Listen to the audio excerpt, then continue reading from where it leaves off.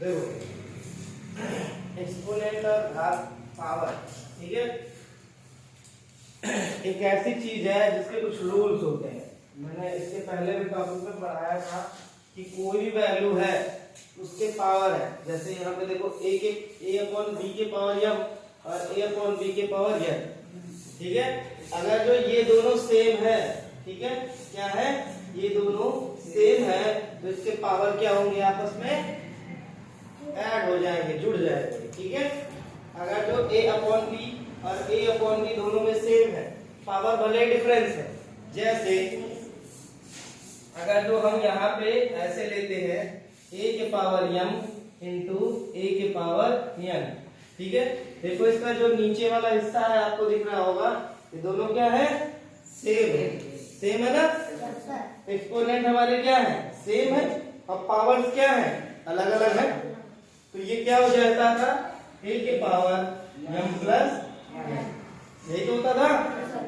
तो same condition में इसमें भी हो जाएगा a अपॉन बी, यानी जैसे यहाँ कोई वैल्यू लिखी हुई है, ठीक है, तो हमें गुणा करने की जरूरत नहीं पड़ेगा। 1/2 के पावर 2 इंटू 1/2 के पावर 6 है, ठीक।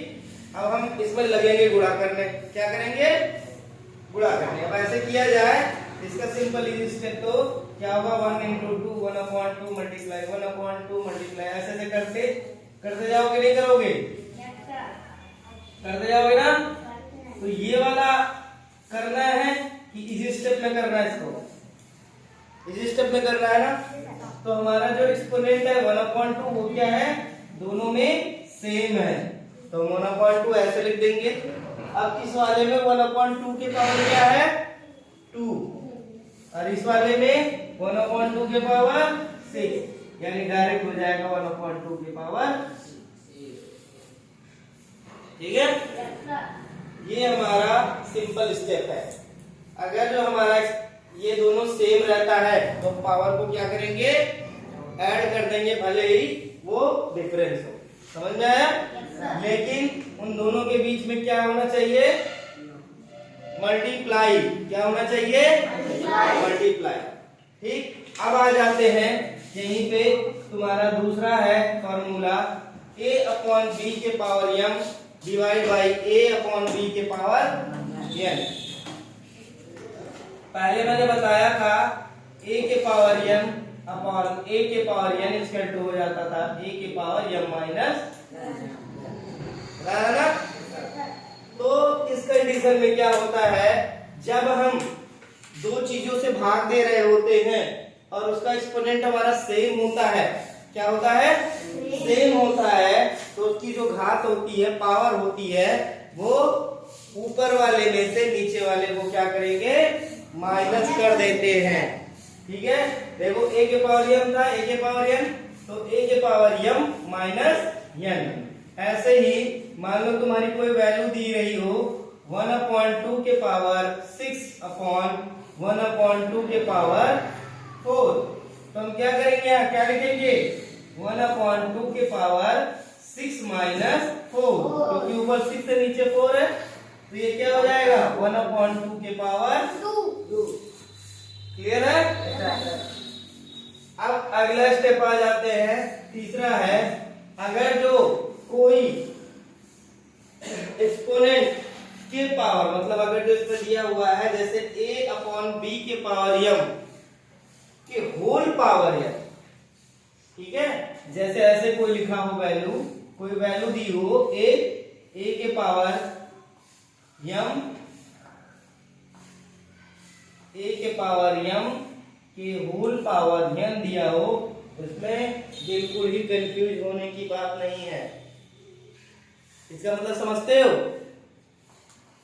इन दोनों का क्या हो जाएगा, मल्टीप्लाई, यानी a के पावर क्या हो जाएगा, m, ठीक है। अब जैसे मान लो तुम्हारी कोई वैल्यू दी हो 1/2 के पावर 2 के होल पावर 6, ठीक है, तो ये क्या हो जाएगा, 1/2 के पावर 2 मल्टीप्लाई 6, यानी 1/2 के पावर क्या हो जाएगा, 12। क्लियर है सबको? Yes sir. अगला फॉर्मूला देखो क्या है।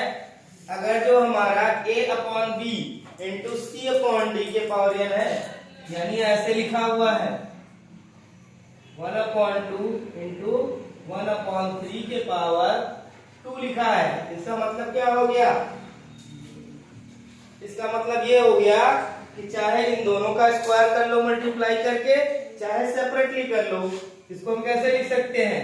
1/2 के पावर 2 मल्टीप्लाई 1/3 के पावर 2 लिख सकते हैं कि नहीं लिख सकते हैं? क्यों?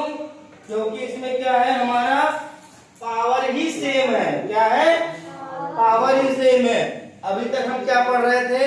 Exponent same. अब क्या पढ़ा हमने? पावर ही सेम है।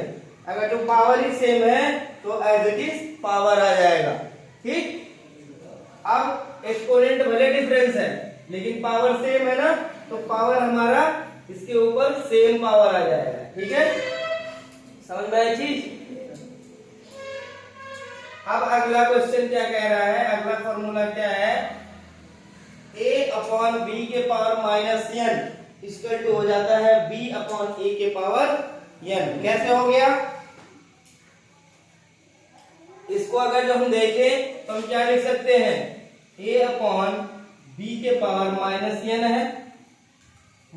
है, तो इसको अगर जो सिंप्लीफाई करोगे तो a के पावर माइनस n और b के पावर माइनस n, और किसी के भी पावर, मान लो a के पावर माइनस n है तो उसकी वैल्यू होती है 1/a के पावर n।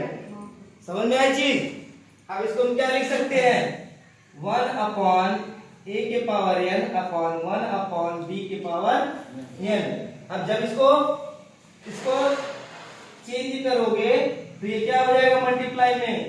1/a के पावर n इंटू b के पावर n अपॉन 1, यानी क्या हो जाएगा? b के पावर n अपॉन a के पावर n, यानी b अपॉन a के पावर।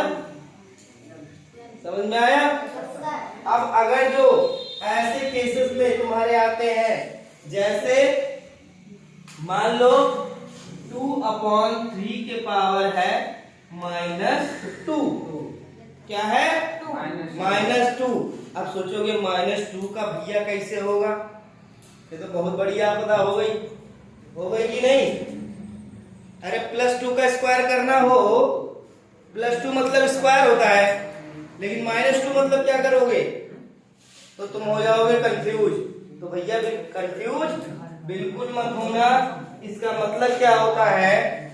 2 के पावर -2 अपॉन 3 के पावर -2, और 2 के पावर -2 को लिखते हैं 1/2 के पावर 2 अपॉन 1/3 के पावर 2, यानी 3 ऊपर चला जाएगा, 3 के पावर 2 अपॉन 2 के पावर 2 बराबर हो जाएगा 3/2 के पावर।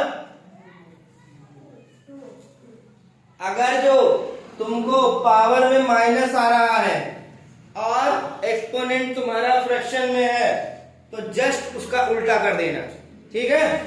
जैसे ये तुम्हारा सर है और ये तुम्हारा पैर है, और तुम्हारे ऊपर आ गया माइनस, तो क्या कर लोगे? पैर ऊपर कर लोगे और सर नीचे। क्वेश्चन सॉल्व हो जाएगा। ठीक है? और ये भैया सिग्मा रूल है, किसी के भी पावर 0 होता है तो उसकी वैल्यू 1 होती है। वो चाहे 1 के पावर 0 हो, चाहे 1000 के पावर हो, चाहे 1 मिलियन के पावर 0 हो, तो उसकी वैल्यू कितनी होगी? क्लियर है सबको? Yes sir.